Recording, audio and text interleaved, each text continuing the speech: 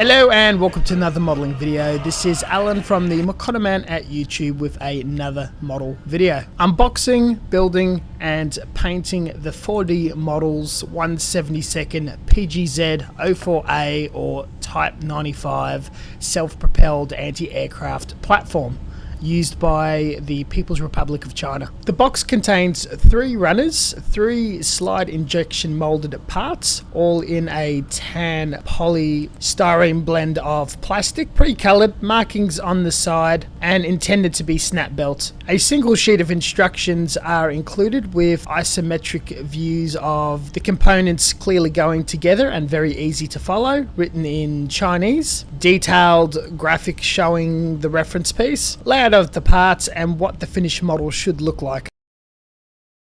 All retailing just short of $10. With a mix of basic and intermediate tools of nipper knife, plastic, cement, sandpaper, ream, we'll be using traditional and standard scale molding technique to permanently adhere all the parts together. Color separational parts may be loosened for removal and attachment again. Nubs are double cut, trimmed and sand to remove stress marks and imperfections. The components are very crisply molded with a mix of engraved and raised detail, with injection pin marks and imperfections more subtly hidden under detail components or at the bottom of the model. Being a third generation to the 4D line of 72nd tanks, it is far more faithful in proportions and size. The accuracy and assembling resembles somewhere between a Gundam model and a 1980s Matchbox Airfix model. A blend of nostalgia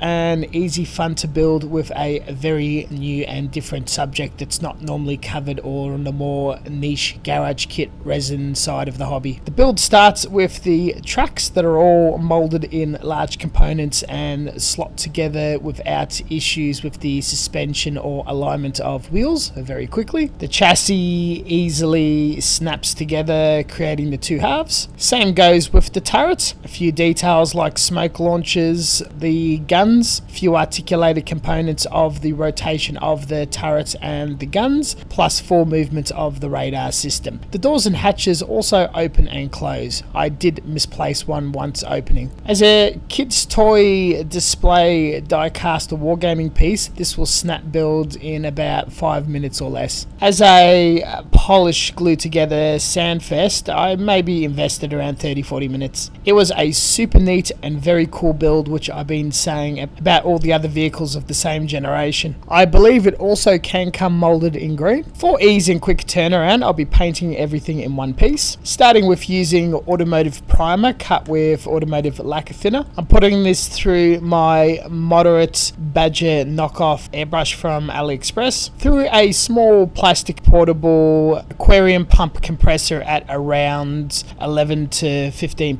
psi. As all of these subjects are Eastern Russian Chinese subjects, I'm using the exact same 3-tone Russian Soviet green blend that I've got mixed from an automotive store based off a mid-century Volkswagen color code, base coating all the nooks and crannies with the darkest green at first. Not too fussed with shading, as this is a 4-tone camouflage scheme and the eyes will be drawn to that. Found some reference on Google and fine line, then filled the sand color, followed by the light Russian green, then finished with a much dark color. Mixed externally with watery viscosity and pre-testing, I got an ideal neatness and lack of overspray. Going back on my word, to build up on tone, I got some clear black and white, shading clear white on the overhead and the rear wells and any undercuts with liquid black. After drying, I used a burnt mud iron color to paint the tank tracks in, which is a little tedious. Dug through my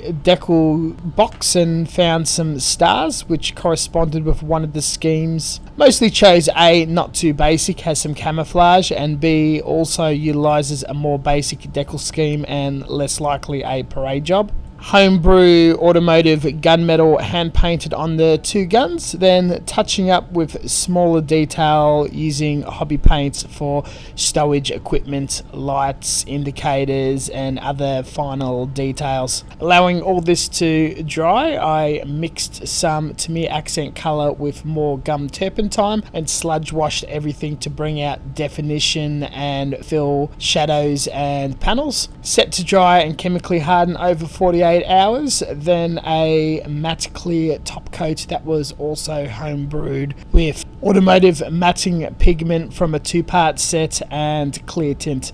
Finishing off with a very nicely rounded, very quick mental build that just popped off just right with minimal effort. The subject is crazy cool, the model is very neat. I'm pretty happy with how it came out. The feedback online and everyone seeing it in person finds it incredibly interesting. And like everything else from the third series, this was a lot of fun and I cannot highly recommend this enough for just very fun, very easy, very quick armor build, and absolutely perfect for introducing someone to the hobby or someone's very first armor or tank model kit. Definitely something for beginners and advanced modelers alike. And that concludes the video. Thank you very much for watching, and as always, until next time, stay tuned for further content. Check out the description section down below for social medias and all references to this build, and we'll catch you guys next time. See you later.